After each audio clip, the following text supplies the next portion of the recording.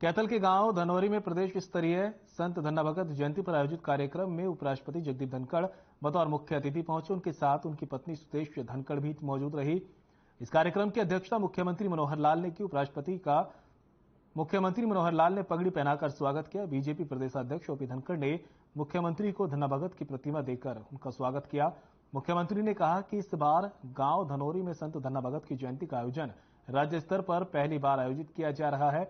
मुख्यमंत्री ने कहा कि उनकी सरकार में हर संत की जयंती मनाने का फैसला लिया गया। इस फैसले के तहत ही कार्यक्रम आयोजित किए जा रहे हैं। इस दौरान सीएम मनोहर लाल ने ऐलान किया कि जींद के मेडिकल कॉलेज का नाम धन्ना भगत के नाम से होगा। धनौरी में मेडिकल कॉलेज और 7 करोड़ से मार्केटिंग बोर्ड के काम की घोषणा भी की गई है। गौशाला के लिए सीएम ने 21 लाख रुपए की घोषणा की।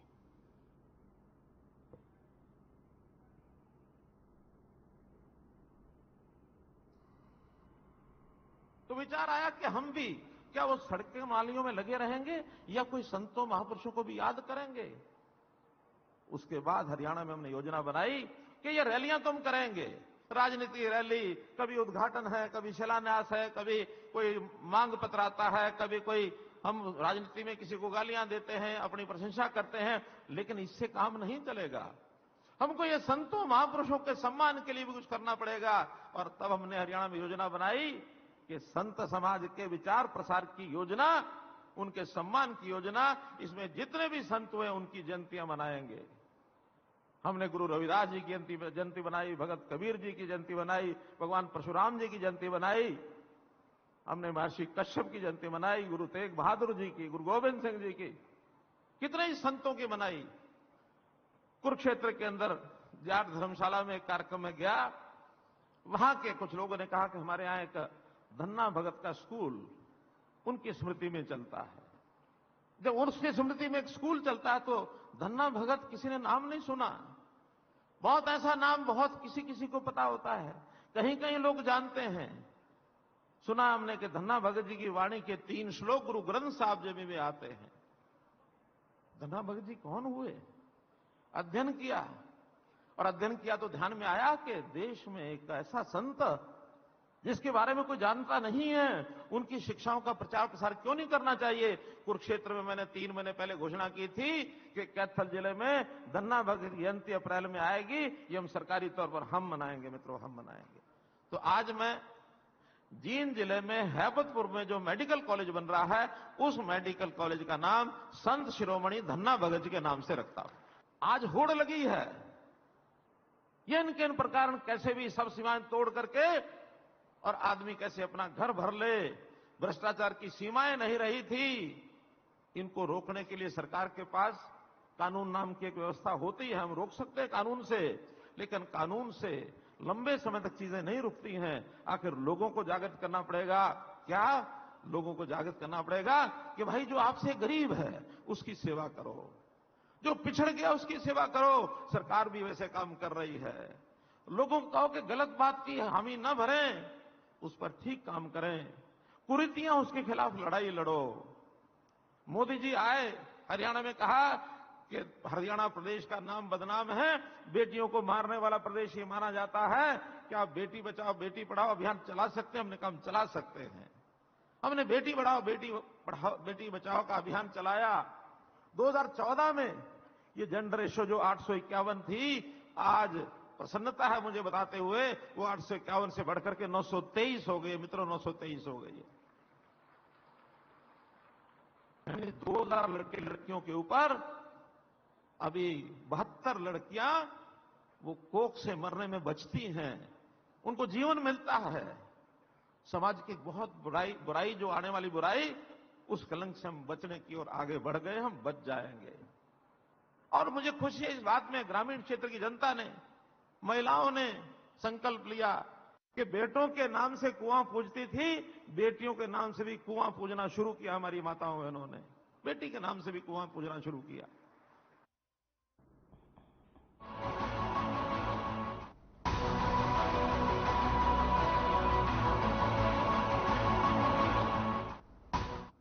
फरीदाबाद के रिवाजपुर गांव में कूड़ा घर बनाने के विरोध में आज इलाके के कई गांवों की महापंचायत हुई। इस महापंचायत में लोगों ने गांव की सरहद में कूड़ा घर न बनाए जाने को लेकर प्रस्ताव पारित किया है। महापंचायत में सैकड़ों की संख्या में लोगों ने भाग लिया। ग्रामीणों ने कहा कि इस मुद्दे को लेकर वे केंद्रीय मंत्री कृष्णपाल गुर्जर से मिल चुके हैं, लेकिन कोई भी संतुष्ट जवाब नहीं मिला।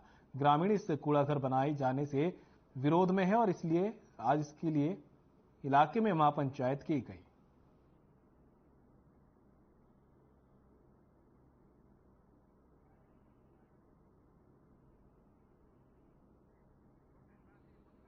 देखिए, अभी 6-7 दिन पहले हमने अखबार के माध्यम से पता चला कि हमारे गांव रिवाजपुर में एक कूड़ा निस्तारण केंद्र बनाया जा रहा है, जिसके विरोध में हम लोगों ने 10-20 लोगों ने एक कमेटी बनाई और कमेटी बनाकर आज महापंचायत का आयोजन किया गया। एक कॉल की गई और हमें खुद उम्मीद नहीं थी कि इतनी बड़ी संख्या में लोग यहाँ पर हमें समर्थन देने के लिए आए होंगे।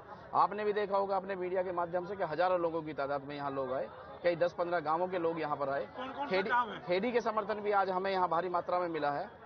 गांव हमारे यहाँ पर बादशाहपुर, रिवाजपुर, टिकावली, देहा, भोपानी, ढाडर, शेरपुर और लालपुर, भोपानी, नचौली, खेड़ी और बीपीएल की कई कॉलोनियां यहाँ पर लगती हैं। देखिए, रिवाजपुर गांव से मात्र 1-1.5 किलोमीटर दूर पे कूड़ा निस्तारण केंद्र बनाया जा रहा है, जिसके पड़ोस में स्कूल भी है, एक और भी दूसरा भी इंस्टीट्यूट है। गांव नजदीक लगते हैं। शहर से कूड़ा आएगा तो ये 6-7 गांवों में से निकल के आएगा। निश्चित रूप से उसका गंध और बदबू फैलेगी पूरे इलाके में। आज उसी को देखते हुए पूरा इलाका आज यहाँ महापंचायत हुई है और महापंचायत में आपने भी सुना था एक कमेटी बनाई गई है। कमेटी के बाद सभी को ज्ञापन देंगे और आगे की कार्रवाई जारी करेंगे। हमारी 40 एकड़ जमीन है जो बेशकीमती जमीन है, नगर निगम ने ले ली, पहले तो हड़प ली गलत तरीके से, गलत मंशा से, और अब उसमें कुछ देने, हमने कुछ मांगा नहीं सरकार से, मांगना चाहिए था, कुछ देना चाहिए था बदले में। हमारी हजारों करोड़ की संपत्ति नगर 24 गांवों की सरकार ने ले ली और बदले में क्या दिया? कूड़ा घर। शर्म की बात है सरकार के लिए। ये कूड़ा घर यहाँ रहेगा तो हमारे आसपास की आने वाली पीढ़ियां और नस्लें बर्बाद हो जाएंगी। देखिए, अभी पीछे जब पाली में जो डंपिंग स्टेशन बना हुआ है वहाँ पर, और उसका विरोध वहाँ पे लोगों ने किया, तो फिर एक निर्णय मिलकर लिया गया कि भाई हर विधानसभा का अपना एक डंपिंग स्टेशन होना चाहिए। और हर विधानसभा का डंपिंग स्टेशन का मतलब है कि जो एक विधानसभा का जो कूड़ा निकल रहा है वो कूड़ा जो है किसी एक जगह पे डाला जाए, जिससे कि मतलब सारे जगह का जो कूड़ा है वो एक जगह पहाड़ ना बन जाए वो। तो ये सोच के हिसाब से ये निर्णय लिया गया कि हर विधानसभा का एक कूड़े का ऐसे जगह होना चाहिए जहाँ पे कूड़ा डंपिंग स्टेशन बनाया जाए। लेकिन साथ ही साथ डंपिंग स्टेशन बनना चाहिए, लेकिन वो ऐसा नहीं होना चाहिए कि जहाँ आम जनता रह रही है उसके बीच में होना चाहिए। ये हमारी समस्या, सभी की समस्या है। हमारे गांव की पंचायती जगह में यहाँ पे कचरा घर बनाया जा रहा है, जिसके विरोध में आज हमने यहाँ महापंचायत रखी है। तो हम यहाँ पे कचरा घर नहीं बनने देंगे। इसका हम ज्ञापन एक मंत्री जी को भी सौंप के आए हैं, जिसका हमें कोई आश्वासन उन्होंने नहीं दिया है। और इस महापंचायत का यही मतलब था कि सारे जो 16 गांव हमारे इससे लगते हुए हैं, उनका सबका क्या निर्णय होगा, उसका क्या डिसीजन होगा, आगे की क्या रणनीति होगी, वो हम बताएंगे बाद में। लेकिन हम कोई ना कोई ठोस कदम उठाएंगे अगर आसानी से हमारी सरकार हमारी बात नहीं सुनेगी तो। अब बेवकूफ के साथ साथ उनको जीवन का भी मोल नहीं है। आज इतने हजारों लोगों की संख्या यहाँ पे आप महापंचायत में देख रहे हो। लोग आप जानते हैं किस लिए आए हैं? ये अपनी फसलों को बचाने आए हैं, ये अपनी नस्लों को बचाने आए हैं, ये अपने परिवार के भविष्य को बचाने आए हैं, ये अपनी जमीनों के, अपने आबोहवा के लिए आए हैं। यहाँ पे अगर कूड़ा घर आ जाता है तो लोगों की ना जीवन बचेगा, ना जेब बचेगी, ना घर बचेंगे, ना बच्चों के भविष्य बचेंगे। तो ऐसा क्यों हुआ कि 2 जगह विरोध हुआ, दोनों जगह कूड़ा घर बंद किया, अब फिर यहाँ पे ले आया? इसको आप क्या कहेंगे? आप ये समझिए सबसे पहले कि विरोध क्यों हो रहा है।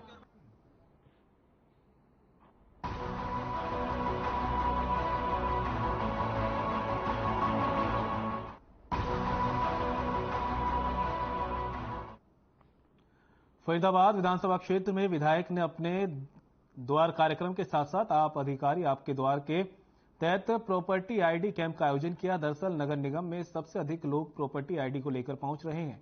ऐसे में लोगों को नगर निगम कार्यालयों के चक्कर न काटने पड़े, इसके लिए विधायक नरेंद्र गुप्ता ने आरडब्ल्यू के माध्यम से कैंप लगाना शुरू कर दिया है, जिसके लिए वो सेक्टर 14 कमेटी सेंटर पहुंचे और वहां लोगों को सरकार की इस नीति के बारे में जागरूक किया।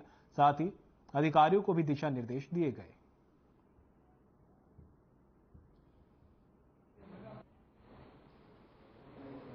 देखिए, माननीय मनोहर लाल जी के नेतृत्व में करप्शन फ्री जीरो टॉलरेंस की नीति के द्वारा अर्बन लोकल बॉडीज का एक सॉफ्टवेयर बनाया गया, जहां उसकी प्रॉपर्टी आईडी को ऑनलाइन करने का काम किया गया था। अब इंटीग्रेशन, जो पहले मैनुअल प्रॉपर्टी आईडी बनी हुई थी, उनको इंटीग्रेट कर रहे हैं नए सॉफ्टवेयर के साथ में, तो लोगों को बहुत दिक्कतें आ रही हैं। तो हमने कैंप लगाकर लोगों को डोर स्टेप पे सुविधा देने का काम किया है। आज सेक्टर 14 RWA के द्वारा एक कैंप आयोजित किया है। सरकार के सभी कर्मचारी यहाँ मौजूद।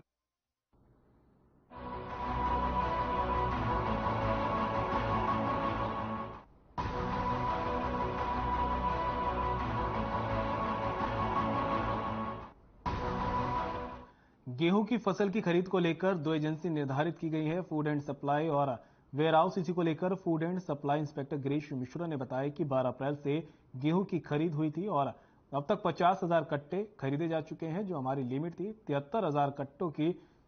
अब 23,000 कट्टे रह गए हैं, जो इस हफ्ते पूरे कर लिए जाएंगे। वहीं गेहूं के उठान को लेकर कहा कि पहले ट्रांसपोर्ट की तरफ से हमें ट्रक नहीं मिल रहे थे, जिसके चलते उठान में दिक्कतें आ रही थी। अब जल्दी ही गेहूं के उठान कर लिया जाएगा।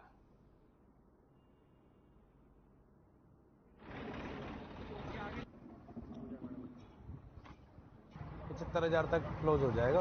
बताया जा रहा है जो खरीद में थोड़ी दिक्कतें आ रही है, जो ट्रांसपोर्ट है बिल्कुल नहीं मिल पा रहा, उठान जो है बहुत धीमी गति से चल रही है। उठान धीमी गति से चल रहा था, 2 दिन से उसने अपना काम ठीक करा है। प्रशासन ने भी कहा उसे, तो कल भी 20-25 गाड़ी दी है, परसों भी 20-25 गाड़ी दी है, तो अब ठीक है। क्या कारण है इसका जो उठान जो धीमी गति से चल रहा है? तो परचेज पहले 12 दिन तो बंद रही जी, फिर एकदम 12 तारीख से परचेज शुरू हो गई, तो अभी 10 ही दिन हुए। लेकिन आज ट्रांसपोर्ट टेंडर लिया है तो गाड़ी होनी चाहिए, वो तो कोई एक्सक्यूज नहीं है। लेकिन एक साथ तो गेहूं उठान करना पड़ रहा है, ये भी रीजन है।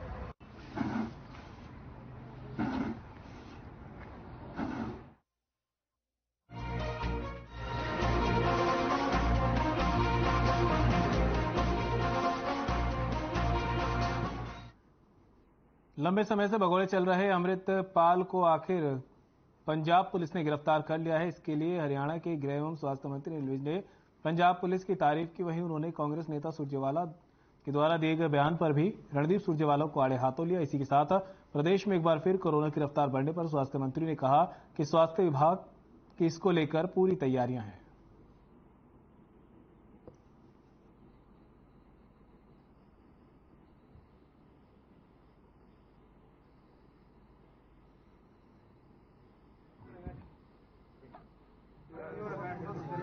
नहीं बढ़ रहे हैं और लोगों को सावधान रहने की जरूरत है इसके लिए। और जहां तक हेल्थ डिपार्टमेंट की बात है तो हमने इसके लिए बिल्कुल पूरे इंतजाम किए हुए हैं और सभी प्रकार की मेडिसिन, सभी प्रकार की व्यवस्थाएं हमने कर दी हुई है। अभी हमने यही कहा है कि लोग खुद के प्रेरणा से इसके नियमों का पालन करें। उधर खड़े हो प्लीज, बाय रिक्वेस्ट है।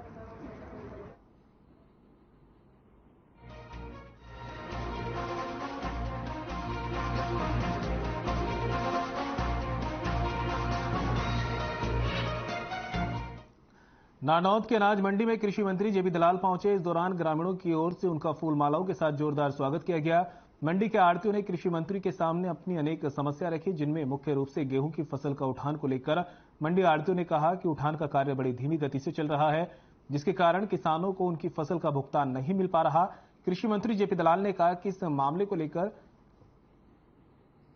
कृषि मंत्री ने हिसार उपायुक्त को आदेश दिए हैं, इनको ट्रैक्टर से भी लिफ्टिंग के काम की इजाजत दी जाए ताकि जल्द से जल्द गेहूं का उठान हो सके। अनाज मंडी में अब तक 2.5 लाख क्विंटल गेहूं का उठान हुआ है, जबकि 3 लाख क्विंटल गेहूं अनाज मंडी में पड़ा हुआ है। उन्होंने कहा कि अब की बार पैदावार अच्छी हुई है, जिससे किसानों को काफी फायदा हुआ।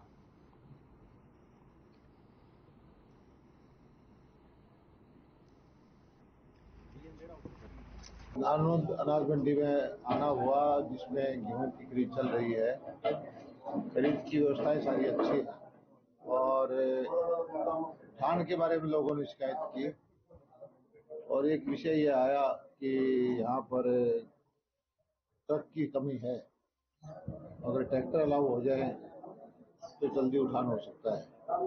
मैंने डिप्टी कमिश्नर से बात की, उन्होंने कहा है दोपहर से परमिशन दिलवाओ, चंडीगढ़ से मैं परमिशन दिलवाऊंगा ताकि यहाँ का जल्दी उठान हो जाए तो उठान होगा तभी हम प्रेरित कर पाएंगे।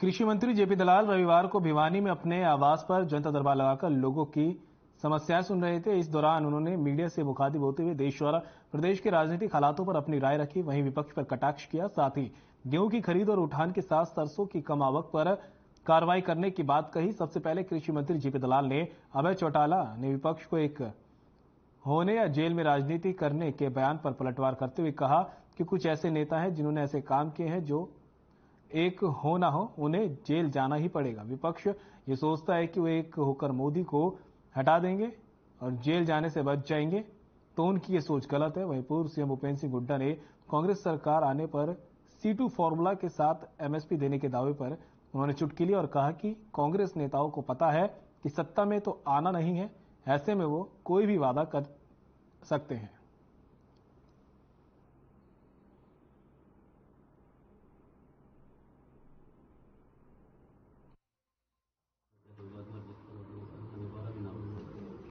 ये जो मर्यादा का उल्लंघन कर रहे हैं, 4 प्रांत के वो गवर्नर रहे, उनको लगता था कि कोई गलत काम हुआ है, उनके शासन के दौरान उनके संज्ञान में आए, तभी उनको कार्रवाई करनी चाहिए थी, तभी उनको इस्तीफा देना चाहिए था।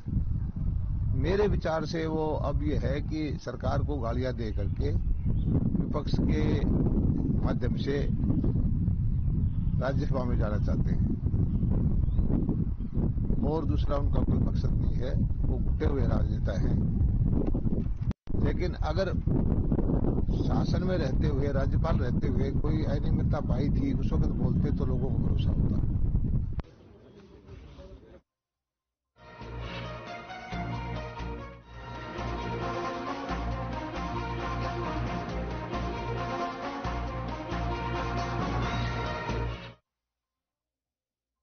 के नाम से कार्यालय का उद्घाटन किया। इस दौरान कार्यक्रम में बीजेपी प्रदेश अध्यक्ष ओम प्रकाश धनखड़, शिक्षा मंत्री कंवरपाल गुर्जर, यमुनानगर विधायक घनश्याम अरोड़ा और अन्य कई नेता और कार्यकर्ता मौजूद रहे। यमुनानगर के खुले से कार्यालय में बीजेपी कार्यकर्ताओं को ट्रेनिंग देने का काम किया जाएगा। बता दें कि यमुनानगर में ये दूसरा बीजेपी कार्यालय खोला गया है। इससे पहले जगाधरी में बीजेपी कार्यालय खोला गया था।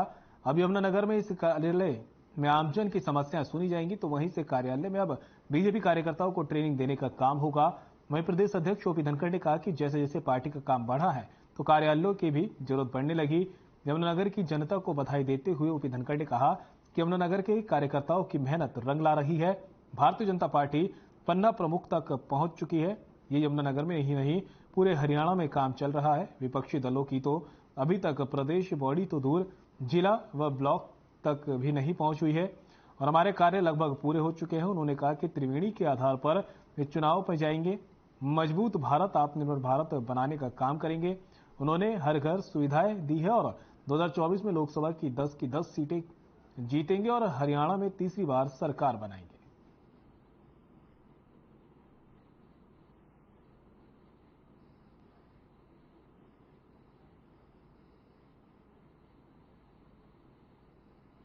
देखिए, भारतीय जनता पार्टी का काम जैसे जैसे बढ़ा है तो उस प्रकार से एक कार्यालय के भवन की आवश्यकता थी। यमुनानगर में जिला कार्यालय बना है यमुना कमल के नाम से। मैं सारे यमुनानगर के कार्यकर्ताओं को बधाई देता हूं। उन्होंने अपने ही सहयोग और सामर्थ्य से इस कार्यालय को विकसित किया है और एक अच्छे भवन का निर्माण हुआ है। भारतीय जनता पार्टी की कार्य पद्धति और कार्य संस्कृति के हिसाब से यहाँ पर इस इलाके के कल्याण के लिए अधिक से अधिक लोग किस प्रकार से लोक कल्याण के काम में जुटे, इस प्रकार के संस्कार के साथ आगे बढ़ेंगे। देखिए, भारतीय जनता पार्टी अब पन्ने पन्ने तक पहुंच रही है। काफी बड़ी संख्या में हमारा काम हो गया है। यमुनानगर का पूरा हुआ है, बाकी भी प्रदेश में 85% काम हमारा पूरा हो गया है और हम 23 जून तक पूरा करके सभी की कार्यशाला करेंगे। मुझे इस बात का आनंद है क्योंकि हमारे सामने जो विपक्षी दल है उसकी तो प्रदेश की बॉडी भी नहीं बनी है, जिले की बॉडी भी नहीं बनी है, उनकी मंडल की भी नहीं है, तो बूथ की बात तो वो सोच भी नहीं सकते।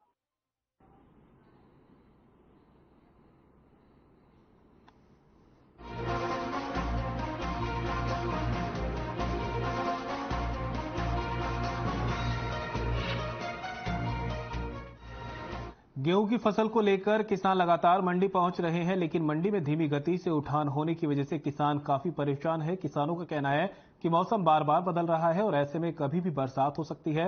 हालांकि इस पर मंडी सचिव का कहना है कि मंडी में अब लगातार उठान हो रहा है और मंडी में फसल देरी से आने के कारण एजेंसियां भी खरीदने में देरी से आई हैं और अब मंडी में 1,11,000 क्विंटल गेहूं आ चुका है, जिसमें से 50,000 से ज्यादा का उठान हो चुका है और आगे भी लगातार उठान जारी रहेगा।